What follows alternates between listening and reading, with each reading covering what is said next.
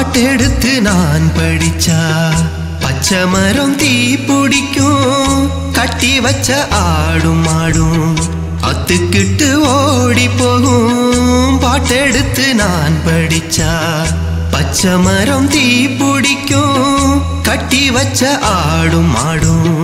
அத்துக்கிட்டு ஓடி போகும் தொட்டிலே தூங்கி வரும் குழந்தை அலறியலும் கட்டிலில படுத்திருக்கும் கிளடும் எழுந்து ஓடும் ஆக மொத்தம் நாம் பாடுனா ஊருக்குள்ளே மழை இல்ல அதனால தானே என்ன யாரும் பாட விடவில்லை